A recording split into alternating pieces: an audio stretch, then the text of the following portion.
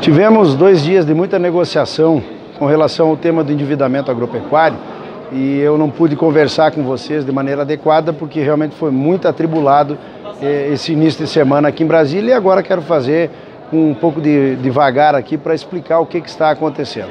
Primeiro que nós temos um movimento muito correto de reivindicação, correto no sentido de que há uma cobrança forte de que haja uma securitização.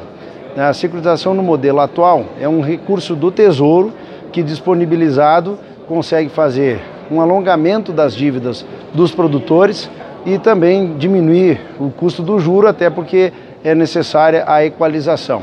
Eu, inclusive, apresentei um projeto de lei desta forma e estamos aí apoiando esse movimento. Agora, tenho sido muito realista. Nós, para podermos ter a securitização reivindicada nesse formato, depende de previsão orçamentária, consequentemente não acontece esse ano, porque teria que ser aprovado um recurso esse ano para valer no ano que vem, para equalizar juro, para fazer o alongamento da dívida. Eu, embora apoie, eu tenho que ser muito claro de que isto é algo, no meu ponto de vista, um pouco distante pelo tempo que leva e até da disponibilidade de recursos que o governo poderia ter, porque não tem, está toda hora querendo mais dinheiro, é o caso do Fundo Rural, é o caso do ICMS, é o caso da Lei Candir, enfim, tantos assuntos. Então eu faço esse ponto de vista para dizer que apoio esta mobilização dos produtores, mas sigo trabalhando naquilo que eu vejo como possível e como mais rápido, que é exatamente a questão da repactuação através de uma linha de crédito que consiga dar o mesmo efeito da securitização, fazendo esse alongamento e aliviando aí um pouco das dificuldades que os produtores têm. Nesse sentido, ano passado trabalhamos intensamente para a criação de uma linha junto ao BNDES, que operou apenas 31 milhões, isso foi dado pelo governo, não é que não tenha operado, operou muito pouco. E operou por que pouco? Porque finalmente começa a se admitir que existe um processo de endividamento, que o risco é muito alto na leitura dos bancos, ao repassarem assumiriam a responsabilidade, então acabou não operando e até porque o juro era muito alto. Hoje nós temos um juro de TLP mais 4,5%, que chega próximo de 12% o juro ao ano dessa linha. Bom, no final do ano eu trabalhei para que ela mantivesse aberta até 31 de março agora, e nisto nós evoluímos a ponto então de o governo, atualmente o novo governo, ter admitido uma proposta da criação do Fundo Garantidor. Lá na comissão especial, na comissão externa do endividamento, nós propunhamos essa criação desse fundo, não pudemos negociar, era fim de governo, momento eleitoral, e agora nós tivemos então o ok do governo, já tivemos 2 reuniões, portanto foram reuniões que evoluíram, não foi uma reunião para marcar outra. Já temos para terça-feira marcada a próxima, onde estarão lá todos os atores, bancos, o BNDES também, os 2 ministérios da Agricultura e da Economia e as entidades do agronegócio, para nós então termos a reunião conclusiva e tentarmos operar aquilo que é exatamente um mecanismo que esperamos que reduza o custo desse dinheiro e destrave, porque tira o risco dos bancos, a linha para a repactuação de dívidas. Como é que vai funcionar esse fundo de aval?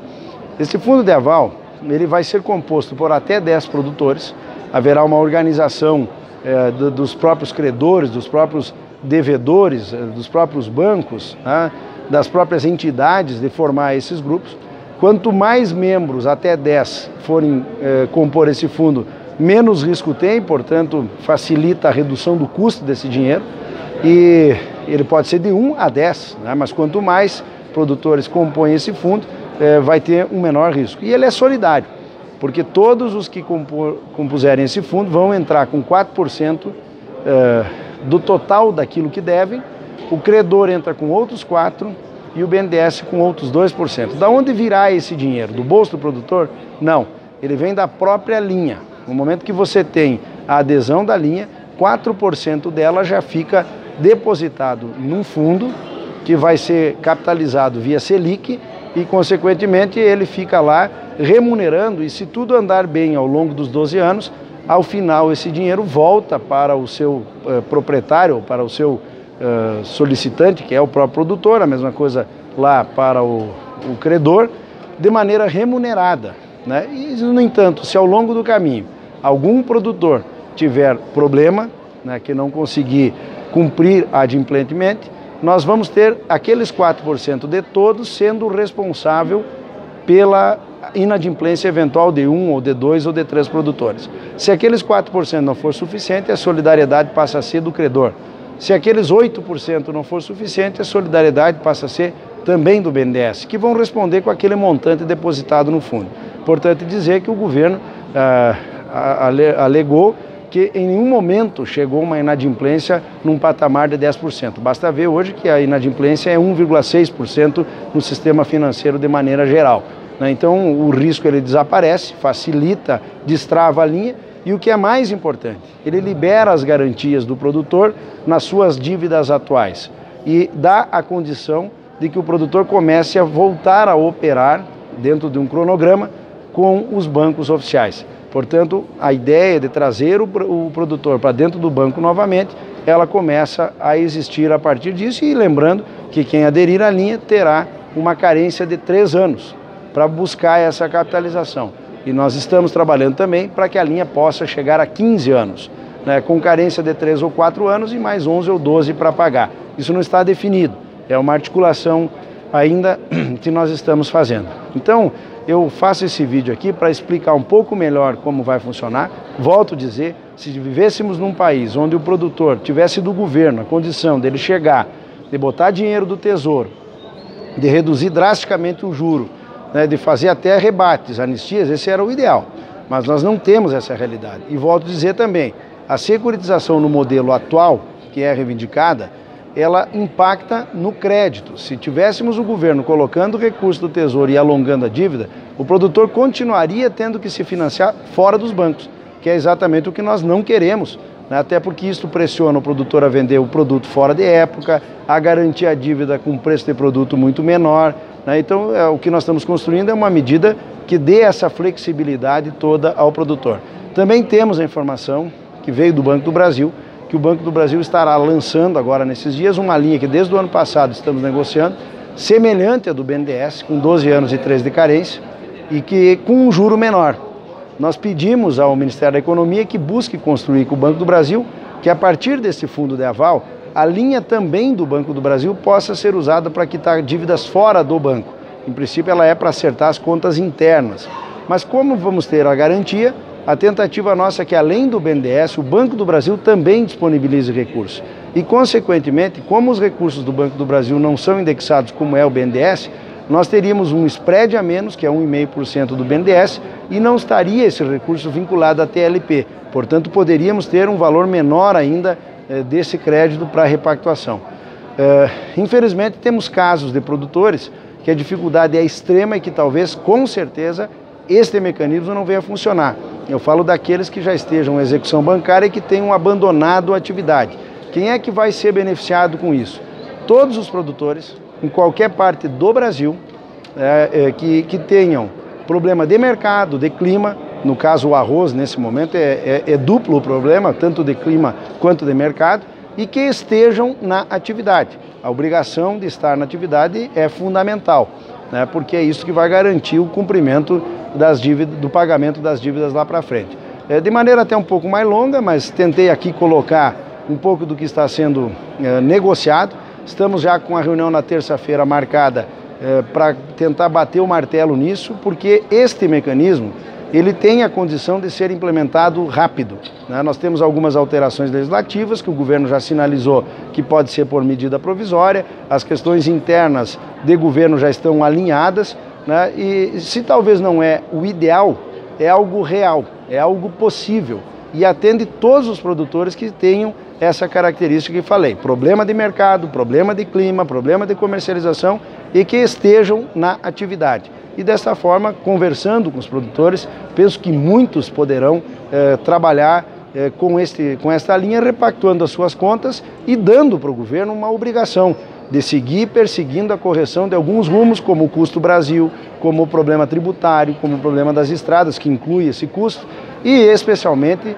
o Mercosul, né? Se nós não tratarmos isto de maneira estrutural, vamos incorrer no mesmo erro da securitização lá atrás, de cerca de 20 anos atrás, que ao fazer o alongamento da dívida, o governo deixou o barco andando do jeito que aí está, trouxe um novo endividamento. política cambial equivocada, questão de juro alto, juro baixo, Mercosul, custo Brasil.